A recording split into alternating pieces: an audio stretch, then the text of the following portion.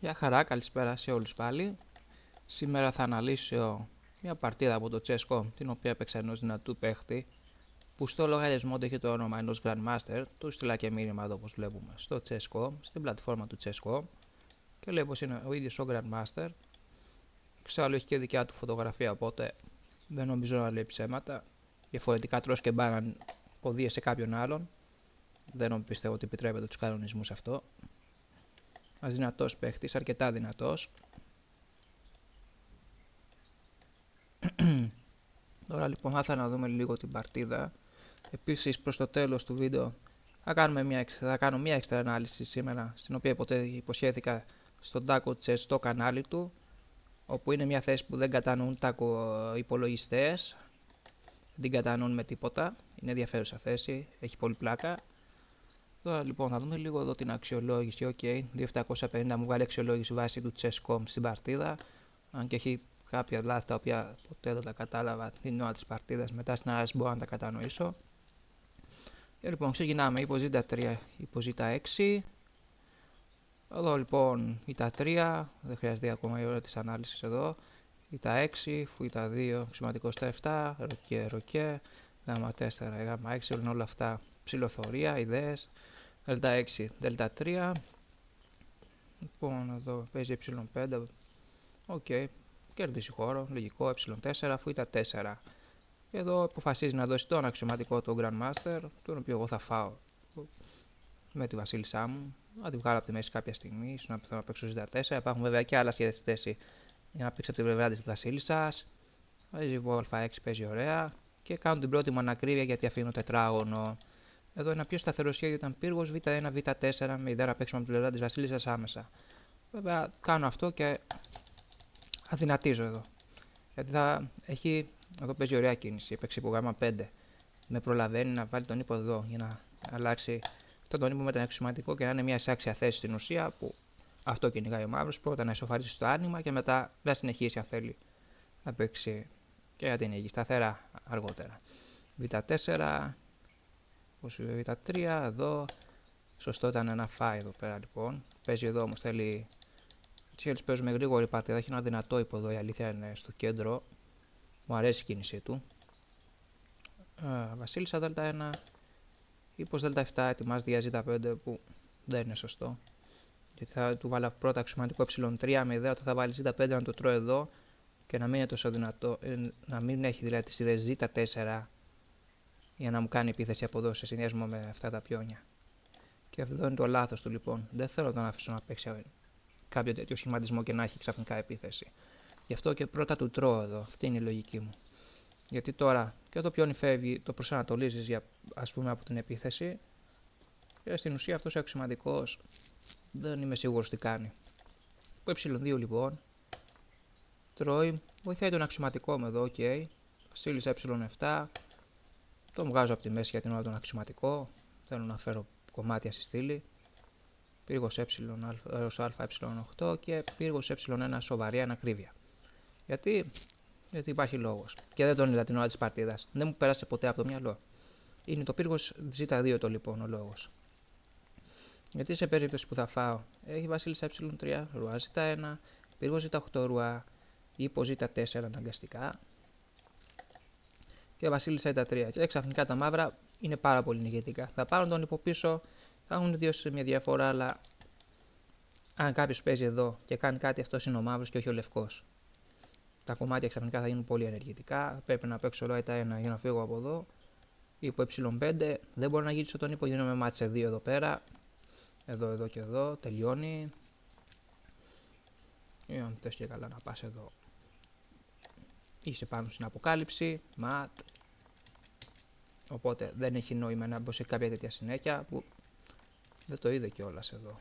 Το σωστό ήταν να παίξω υπόζητα 4 και να συνεχίσουμε εδώ. Αν μπαίναμε σε αυτή τη συνέχεια, δεν μπήκαμε. Δεν το είδε ο Grandmaster λοιπόν. Σε ε1, δάμα δ8, αστοχία λόγω του πύργου Z2 που υπήρχε. Υπό Z4, θ4 ήταν σωστό να παίξουμε από εδώ. Υπό Z4, τρώει διπλό ερωτηματικό.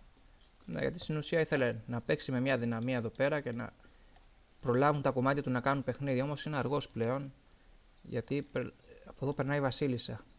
Και προλαβαίνουν τα λευκά να μπουν στην παράταξη του μαύρου. Δηλαδή είναι αργός, αυτό είναι. Η ιδέα του ήταν ωραία, αλλά είναι αργός. Δεν προλαβαίνει. Έρχεται με σάχ η Βασίλισσα να μπει στην 7η. Όχι εδώ, ένα λεπτό, λάθάκι. Πάμε πίσω. Ξαφνικά πήγε πολύ μπροστά. Λοιπόν, πάει εδώ. Σίτα 5. Προσπαθώ να ξεφορτωθώ αυτό το πιόνι που είναι διπλωμένο. Πάει από εδώ, Βασίλισσα ε7. Και εδώ κάνουν κι άλλη ένα ακρίβεια. Γιατί υπάρχει το ντάμα ζ5 εδώ πέρα τώρα. Με ιδέες να παίξει με τον ύπα από εδώ, να τρώει εδώ πρώτα και να κάνει πολύ παιχνίδι με τα κομμάτια του. Οπότε κάνω το λάθος εδώ τελικά. Βέβαια να μπλοκάρω από εδώ να μην μπορεί η Βασίλισσα ποτέ να έρθει. Και δεν μπορείς με τον πύργο να φας το πιόνι γιατί μπαίνουμε σε αυτό, στον ντάμα ε8 ενδεχομένως. Που απλοποιούμε τη θέση και σιγουρεύουμε την νίκη με τα λευκά. Οπότε μπορείς, αλλά κάνω λάθος εδώ. Μεγάλο λάθος. Αλλά δεν το εκμεταλλεύεται και ο Grandmaster και παίζει ύπο Z4. Κάνει και αυτός λάθος με τη σειρά του. Εγώ εδώ λοιπόν παίζω πύργος ε4 με ιδέα όταν θα φύγει. Αν θες να φας το πιόνι, θα έρθω από εδώ. Τρώει εδώ με σάχ. Για κάποιο λόγο δεν το έφαγα και να παίξω πύργο θ4. Έπαιξα με ασφάλεια εδώ πέρα. Λέω. Ξέρω τι ακριβώς με έβγαινε. Απλά να φάω και κερδίζω. Αλλά παίζω ρουά θ2. Το παίζω με ασφάλεια, ας πούμε. Διπλό ερωτηματικό, έπρεπε να γυρίσει τον ύπο λοιπόν στο Z4 για να κάνει άμυνα από εδώ. Και τώρα η ιδέα μου γίνεται πραγματικότητα. Πύργος θ4 με πλέον πολλές απειλές. Ωραία, δίνεις εδώ, πάμε πίσω. Πάει από εδώ, έφερα πύργο Z1 αν θυμάμαι με ιδέα ότι θα πρέπει να σου φάω εδώ και να φάω. Παίζει εδώ, όμως εδώ πλέον τα τακτικά μαζεύονται πάρα πολλά. Πύργος θ6 διότι αν θα φας, τρώω, απειλώ να πούμε εδώ πέρα ένα ματ και έχεις πολλά προβλήματα. Ωραία, το ματ απειλείται πλέον, πρέπει να κάνει άμυνα. Δεν υπάρχει λόγος για αλλαγές εδώ. Βελτιώνουμε τη θέση με πύργο Z7, πιέζουμε. Τρώει με το πύργο, τρώει με το πιόνι. Βασίλισσα Z8, προσπαθεί να κάνει τα πάντα εδώ πέρα, όμως βελτιώνω τη θέση. Δεν υπάρχει λόγος για αλλαγές, κανένας λόγος. Ρουά. Μοναδική κίνηση αυτή. Ντάμα Z6 πάλι. Δεν μπορείς να βάλεις Βασίλισσα, χάνεις. Πρέπει να βάλεις αξιωματικό αναγκαστικά. Ντάμα Z6 τώρα. Προσπάθησε την τελευταία στιγμή να αναπτύξει τα κομμάτια του. Όμως εδώ απειλώ ματ. Είμαι πολύ γρήγορος πλέον εδώ με τα λευκά. Και εδώ πέρα είναι θέμα χρόνου. Πρέπει απλά να κάνουμε ένα ματ. Δεν θέλουμε να αλλάξουμε βασίλισσες. Γι' αυτό Βασίλισσα τρώει και ματ. Λοιπόν, αυτή εδώ ήταν η παρτίδα που έδειξα.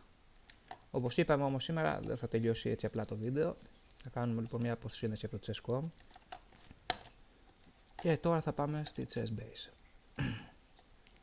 Όπου έχω και τη θέση που θέλω να αναλύσουμε. Όπως και υποσχέθηκα άλλωστε στον Daco Chess. Και έχουμε λοιπόν, πάμε στην ανάλυση.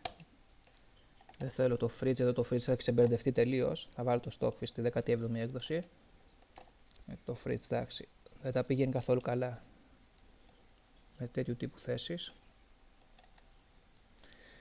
Και λοιπόν εδώ πέρα έχουμε μια θέση στην οποία βλέπουμε πως το Stockfish δίνει ένα μικρό προβάδισμα για τον μαύρο. Όμως πολλές φορές αυτό το προβάδισμα είναι πολύ εύκολο να χαθεί. Γιατί εδώ ένα συγκεκριμένο σχέδιο για τα λευκά είναι να περάσει τον πύργο από τη στήλη Θ, να βγάλει το βασιλιά από τη μέση και να απειλεί Βασίλισσα Θ7, πύργο Θ7 και πύργο Θ1 ματ. Αυτό είναι μια ιδέα ας πούμε, πολύ δυνατή να παίξει τακτικά να πας για ματ. Που κατά τη γνώμη μου αυτή η θέση είναι απλά μια τελείως καταστραμμένη θέση για τα μαύρα. Το Stockfish δίνει μείον 0,63, δηλαδή ένα μικρό προβάδισμα για τα μαύρα που δεν θεωρώ ότι υπάρχει, υπός Δ7. Και εδώ πέρα λοιπόν πιάνουμε τετράγωνα. Δεν θέλουμε τον αξιωματικό στο Θ4, αφού Z3 για αυτό το λόγο. Ή μπορείς να ξεκινήσει και με πύργο Θ1. Εγώ δεν θέλω να περνάει αξιωματικός από εδώ τώρα, γιατί έχει γυρίσει όπως στο Δ7 και πάει για άμυνα, έχει διαφορά. Και στο πύργο Z8 ή ρουάιτα 2 ή πύργο Θ1 είναι υποψήφιες κινήσεις. Μου άρεσε το ρουάιτα 2, ας πούμε, για να δούμε μια το ρουάιτα 2. Πρωτού παιχτεί πύργο Θ1. Γάμα 4 και πύργο Θ1. Απειλούμε ντάμα Θ7 αυτή τη στιγμή και μάτσε 3. Ωραία, εδώ το Stockfish έχει αρχίσει και καταλαβαίνει σιγά σιγά ότι η θέση δεν ήταν και τόσο καλή όσο νόμιζε στην αρχή. Και δίνει ένα πλεονέκτημα στην 1,22 για τα λευκά. Όμως δεν είναι τόσο έναν 22 αυτό. Αυτό είναι γίνει σε μάτσα 3 και δεν το έχει καταλάβει ακόμα. Αυτή είναι η αλήθεια. Γιατί εδώ θυσία βασίλισσας και μάτσα 3 όπως βλέπουμε. Πώς είναι το μάτσα 3? Εδώ τρώει και μάτα από το θ1. Μια δουλειά είναι αυτή λοιπόν. Οκ, το Ράιτα 2 προφυλακτική κίνηση περνάει ο πύργος 40. Αυτή μου αρέσει εμένα, αυτή θα βάλω. Πύργος Δέλτα 8, όχι, δεν είναι 0.58, αυτό είναι χάνεις και δεν το γνωρίζεις. Με πάλι πύργος θ1 και τελικά η θέση είναι καταστραμμένη ό,τι και να κάνεις. Στη θέση του όταν είναι να παίξει με τα μαύρα δεν το βλέπει τόσο ότι είναι, δεν είναι στην 2.45, είναι μάτσε 3 αναγκαστικά, δεν γλιτώνει ο μαύρος. Βέβαια είναι αυτού του τύπου οι τρελές θέσεις που μπερδεύουν τα κομπιούτερ. Μήπως α5 λάθος, ντάμα θ7 μάτσε 3 πάλι, οπότε οκ.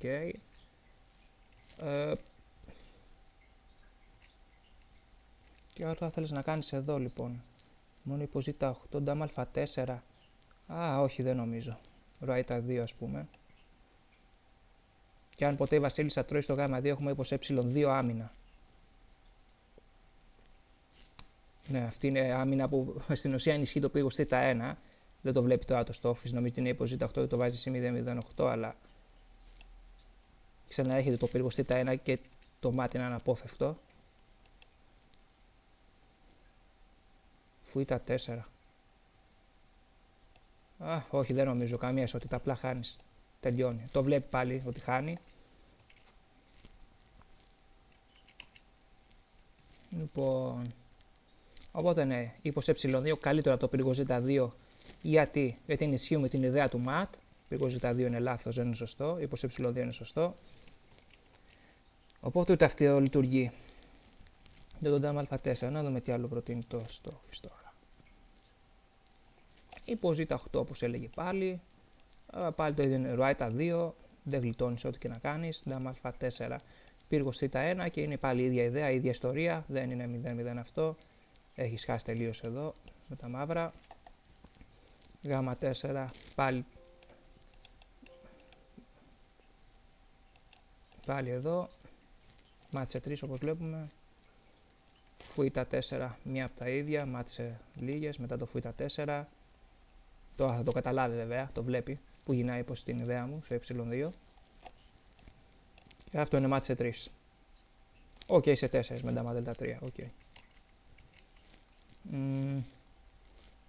Τι άλλη άμυνα τρελή που θεωρεί ότι μπορεί να βρει και να... Ή πως δέλτα 4. Όχι, έχουμε φου δέλτα 4. Ούτε καν, πύργος θ1 τελειώνει αμέσως. Δεν χρειάζεται πολλά. Τα πολλά δεν χρειάζονται. Πάλι εδώ. Πάλι τα ίδια. Δεν χρειάζονται πολλά εδώ. Πας για την ιδέα του μάτς στη συγκεκριμένη θέση. Οπότε ναι, στην ουσία αυτό στην αρχή θέλει να περάσει από εδώ τον ύπο του για να κάνει άμυνα. Και εδώ προτείνει και ντάμα β5 προτείνει σε μια φάση. Εδώ βλέπει το μάτι σε 5 από πύργους θ1. Θα έλεγα φου ζ3 πάλι εγώ έτσι για την πλάκα τώρα να δούμε τι γίνεται. Το βλέπει πάλι ότι καταστρέφεται η θέση του. Το κατανόησε, θα γίνει ματ πάλι με τον ίδιο τρόπο που είδαμε πριν. Ύπος δέλτα 7 είναι η βασική του άμυνα, η οποία τελειώνει μετά από φου ζ3. Η παρτίδα δεν έχει πλέον νόημα, αυτό είναι καταστροφή.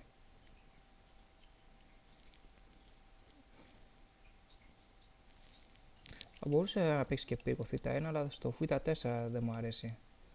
Αυτό είναι που δεν μου αρέσει εμένα. Αλλά εντάξει, έχεις ιδέες αξιωματικός θ3 και...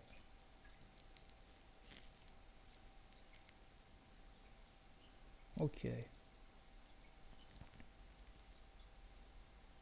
Πολύ πιθανό να έχω και τέτοιες ιδέες εδώ. Είναι πολύ πιθανό. Πύργος αβαζ1. Γιατί εδώ μπορεί να παίξω ίσως αυτό. Αξιωματικό ζ3, τρώει ο πύργος. Βασίλισσα β5. Ωραία, κατανοητό απειλή. Αν όμως τώρα προλάβω να φέρω υπό ε2, ράιτα 2 και να κάνω τη θυσία τελειώνει με τον ίδιο τρόπο. Παράδειγμα υπό ε2. Ντάμα β2, ράιτα 2. Σαν να τελειώνει με τον ίδιο τρόπο. Για να δούμε. Ναι, τελειώνει με τον ίδιο τρόπο, το ξαναβλέπει τώρα. Ήταν ωραίο αυτό. Γιατί δεν προλαβαίνεις και πάλι παράδειγμα εδώ, θυσία ντάμα, στα ίδια. Και μάτα από τον πύργο στο θ3 αυτή τη φορά. Οπότε είναι εκτός του φούζι τα 4. Λειτουργεί και άλλη συνέχεια. Το πύργο θ1 που είναι, πάει με τη μία για ματ.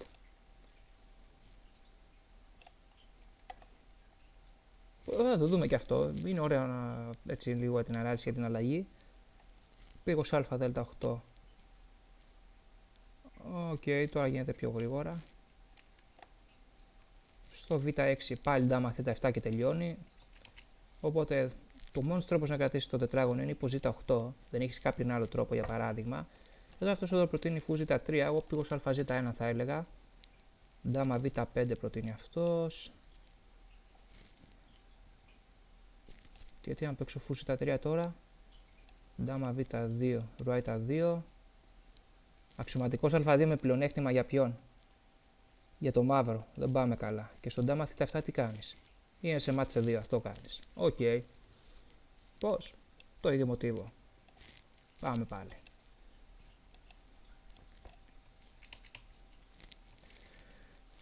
Ναι, δεν είναι υπέρ του μαύρου αυτού. Είναι ολική καταστροφή για το μαύρο αυτό. Είναι μια καταστραμμένη θέση. Που δεν υπάρχει σωτηρία. Εξακολουθεί να πιστεύει ότι είναι υπέρ του μαύρου. Ωραία, γάμα 4, βασίλισσα θ7. Μάτσε 3 τα ίδια.